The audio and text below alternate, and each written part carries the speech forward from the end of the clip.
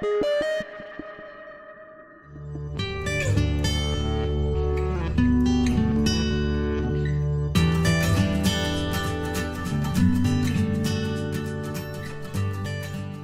the reason I returned to learning was because effectively I had my son Bobby at the age of 18 and I was working in a job and I was like thinking, where am I going with my life? And then just having my son just made me totally reevaluate my situation. I want to achieve a better life for my children, son, but got 2 kids now, than I had for myself. First met Dan when he knocked on my door and asked for some help in filling out his university application form.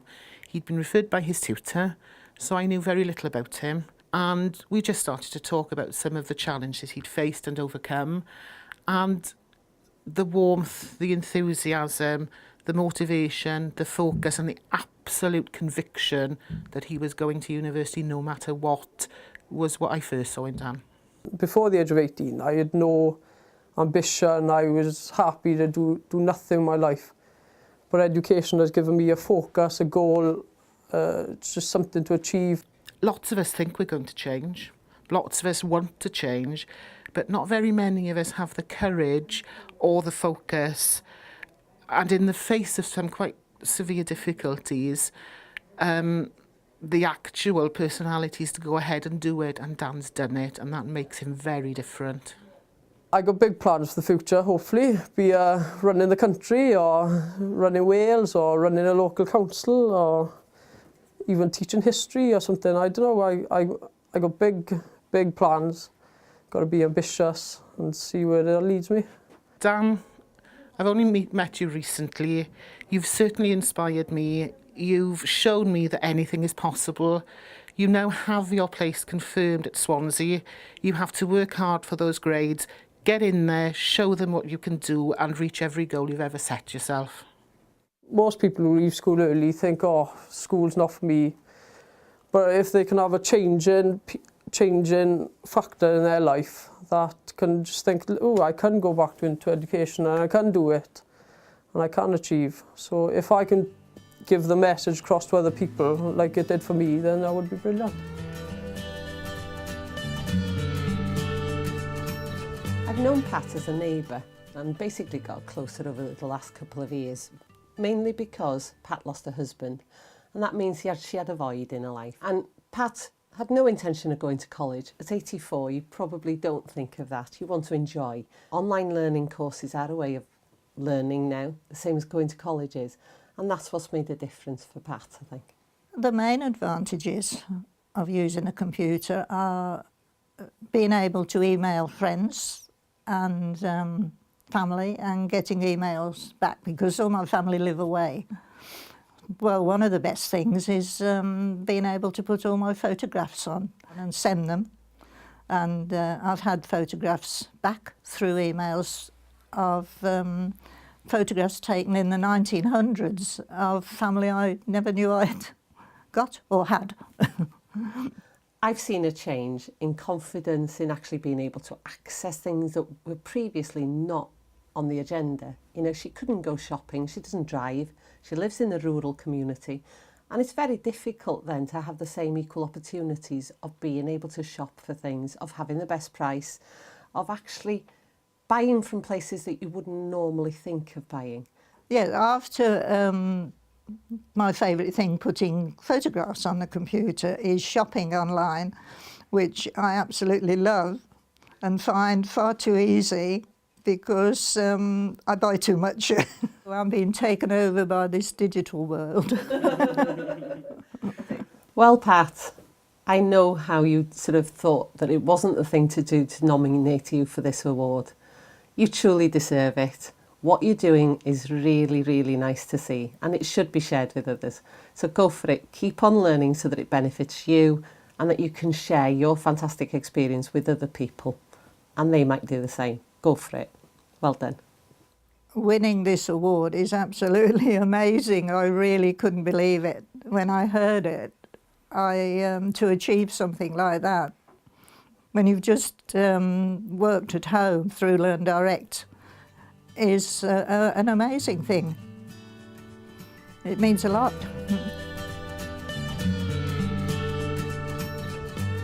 I suppose one of the most difficult things about teaching these learners with learning disabilities is that there is such a range. Some of them are very shy and quiet, some of them might have challenging behaviour.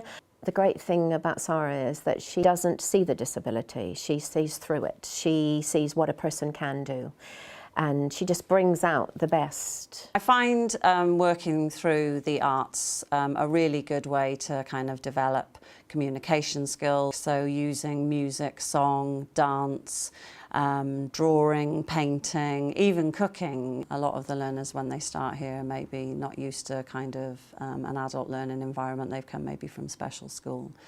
So I think it helps them to sort of develop their confidence. It's her enthusiasm, but even more than that, because I think that her enthusiasm probably goes across everything she does in her entire life. But what makes her an inspirational teacher is that she cares about every individual and she sees everybody as an individual. Seven Stars, we kind of formed last year. It was a collaboration of the life skills and work skills learners from Coleg Powys and pupils from Ysgol Penmaes, which is our local special school.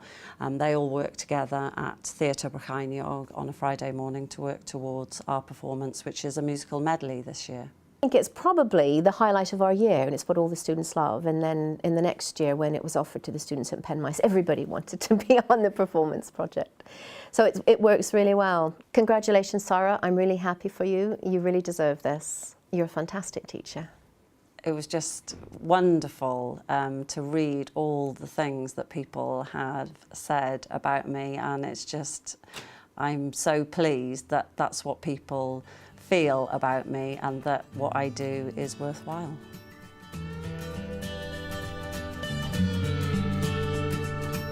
We decided to come back to college to learn British Sign Language because our eldest son, Dylan, was born with a profound and severe bilateral sensorineural hearing loss. So we slowly built up a small vocab of early baby signs, and we decided to take the plunge and go and learn full-on BSL, as we wanted him to have total communication. If the family feel that communication is so strong, they're excellent, because what happens in their family is that deaf and hearing people are equal. A lot of the community's hidden and actually hide from it, whereas with that, I know with Dylan it's And loud and proud. Yeah, loud and proud, short hair. It needs to be.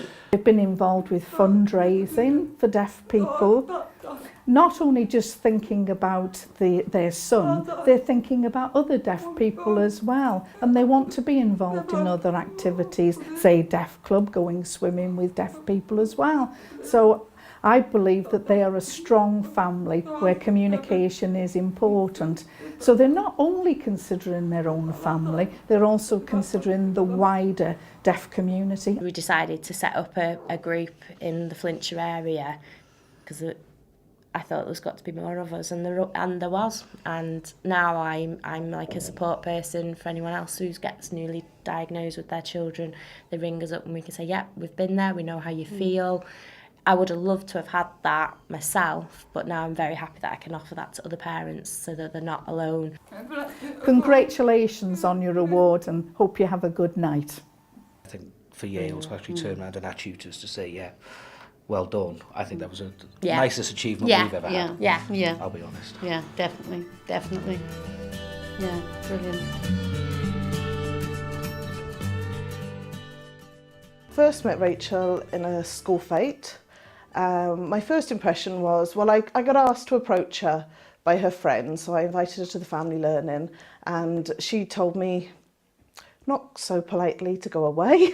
So I thought, well, fair enough, it's not for everybody. Karen came up to me, asked me about family learning, and my first response was, I don't want to know, I don't want to go, leave me alone. And then after a while, Bethany was about 4, and I realised I needed to go to classes for her sake, as well as my own. I had dyslexia, and I didn't want her going through what I went through, not being able to read. So I wanted to learn for her, and I also got more encouragement from my dad before he died to be pushed to go back to school for my child's sake. I would say very much her dad was the driving force in trying to get Rachel to come along to the centre. and working with Karen and myself, we managed to convince Rachel to attend the centre, and things have developed from there. She was quite quiet in the classes to start with, but she's gone from being quiet, she's gone from not maybe recognising all the letters of the alphabet to reading beginning texts, and she's actually sending on her mobile phone texts, and she's reading texts that she's received. So it's opened up a new world to her. Well, when I went to school and she went to school, she couldn't read, so I'm helping her to read. She's really good at math and she won't try to read. I'm helping her. Rachel, keep up the good work. There's no excuses now. You can go on and achieve whatever you want to. Rachel, I nominated you because I just think you're amazing at what you're doing in classes at the moment. I know, Rachel, you tell me on a weekly basis you don't like me. I don't believe you, and I just want to say a huge congratulations. I was a bit shocked that Karen nominated me, but I'm happy because it proves to people that you can go back to family learning and learn. There's no such thing as can't anymore. Mum, you're really good at reading.